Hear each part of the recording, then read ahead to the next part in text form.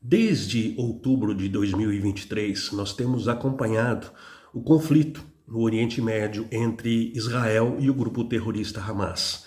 Vocês se lembram que em outubro de 23, o grupo Hamas invadiu o sul do território israelense, matando cerca de 1.200 pessoas e levando cativos mais ou menos 250 judeus. Muito bem. Desde lá, então, Israel vem ao argumento de que precisa usar o seu direito à legítima defesa, atacando o território da faixa de Gaza, onde sediado o grupo Hamas e de onde teria partido o ataque. Ninguém nega que Israel tenha, de fato, o seu direito de legítima defesa. Mas o que nós observamos hoje não é apenas a legítima defesa. A gente tem observado um conflito em que Israel vem sistematicamente atingindo homens, mulheres, crianças, velhos, jovens, civis, que nada tem a ver com esse conflito. Há o argumento de que procuram destruir os membros do Hamas, que estariam infiltrados, inclusive em túneis subterrâneos em todo o território da faixa de Gaza. E com base nisso, Israel se dá o direito, por exemplo, de atacar hospitais, de atacar asilos, de atacar centros de refugiados. Mais que isso, cercar o território e impedir a entrada de ajuda humanitária, impedir a entrada de comida, de água, de remédios, de profissionais de saúde, inclusive de vacinas. Houve dificuldades criadas por Israel para que elas chegassem lá, diante das epidemias de doenças que estavam acontecendo e continuam a acontecer.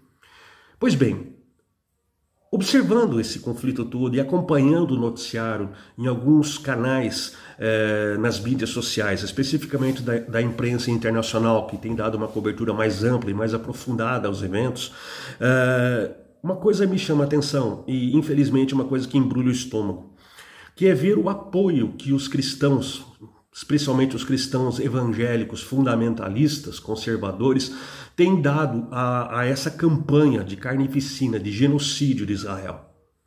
Eles acham, ou eles procuram fundamentar o direito de Israel a agir como está agindo no Antigo Testamento. Dizem que aquela terra, que nós hoje chamamos de Palestina, antigamente era chamada na história bíblica de Canaã, seria a terra prometida por Deus a Abraão, o pai da nação hebraica, o pai dos judeus por consequência. E depois Moisés teria instruído o povo a invadir aquela terra e a destruir todos aqueles povos.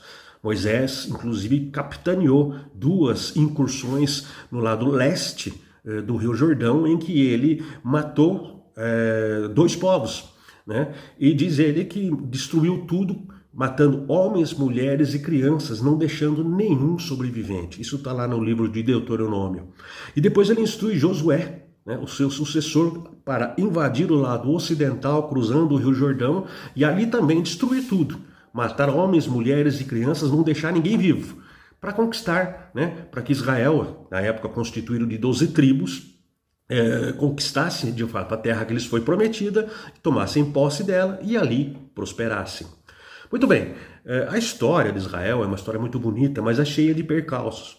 Esse povo foi expulso daquela terra, mas pelo próprio Deus, que os levou ao cativeiro, usando para isso os reis da Assíria e depois o rei da Babilônia, né, para que eles aprendessem a temer a Deus e respeitar os seus mandamentos. E Deus, na sua misericórdia, posteriormente vai permitir que eles voltem para aquela terra, reconstruam a cidade, reconstruam o templo de Salomão, que havia sido queimado pelos babilônios.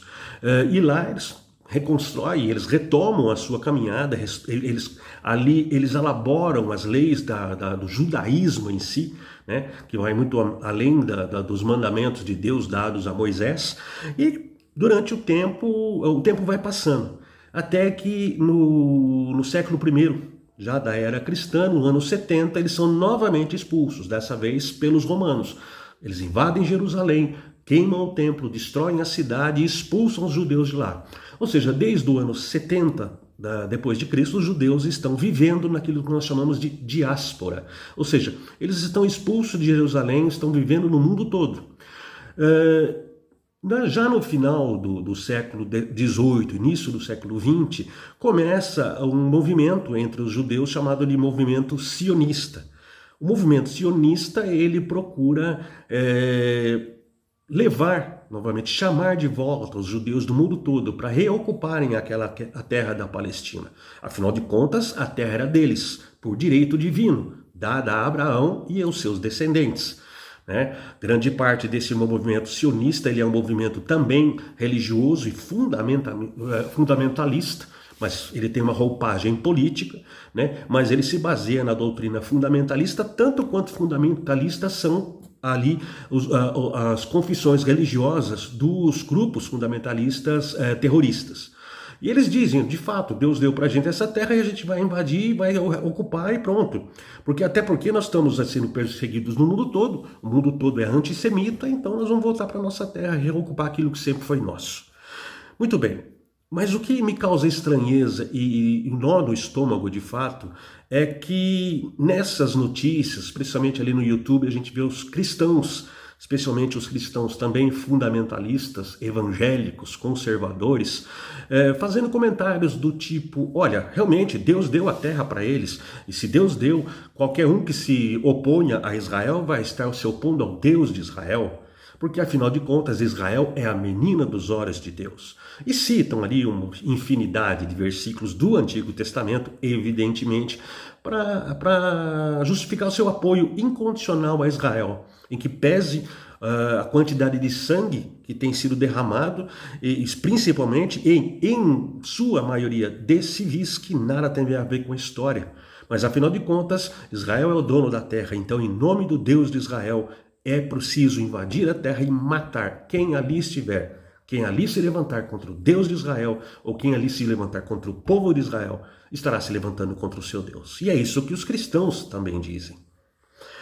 Porém, a gente tem que entender que a revelação mais eloquente e mais óbvia de Deus se deu na pessoa de Jesus Cristo. Ou seja, Jesus de Nazaré, ele é o cumprimento da lei de Deus, ele é o cumprimento da palavra de Deus. Ele mesmo disse, olha, eu não vim aqui para revogar a lei, eu vim para cumprir a lei. Né? Eu vim para cumprir a vontade de Deus. A lei é a expressão máxima da vontade de Deus e Jesus é a revelação máxima de Deus. Aí eu fico me perguntando, nós cristãos que temos em Jesus de Nazaré, o nosso Senhor e Salvador, o Messias aguardado, como é que nós podemos entender que Jesus seria a figura que está sendo ofendida pelos terroristas do Hamas, ofendida pelos palestinos, e que por isso nós temos que defender a guerra em nome de Jesus, em nome do Deus de Israel e agora em nome do Messias de Israel, o Senhor Jesus Cristo, Jesus de Nazaré. Ora, você consegue imaginar Jesus pilotando um avião caça e jogando mísseis em cima das crianças na faixa de Gaza? Você consegue imaginar Jesus de Nazaré mandando fechar as fronteiras para não entrar água, não entrar comida, não entrar remédio e assistir do lado de fora as pessoas morrendo de fome? Você consegue imaginar Jesus de Nazaré lançando bombas ou metralhando pessoas nos campos de refugiados? Não, eu não consigo. Sabe por que eu não consigo? Porque o próprio Antigo Testamento, em que essas pessoas se fundamentam, dando a ele uma interpretação, perdão pela palavra, diabólica, o próprio Antigo Testamento diz, ali no capítulo 9 de Isaías, o Isaías que é considerado o profeta messiânico, que o príncipe da paz, ou que o Jesus, ou que o Messias viria. E um dos nomes que o Messias teria era príncipe da paz. Príncipe da paz. Ou seja, Jesus de Nazaré é o príncipe da paz. Não dá para entender que o príncipe da paz é que esteja por trás de tanta guerra. O príncipe da paz, o autor da vida, esteja por trás de tanta morte.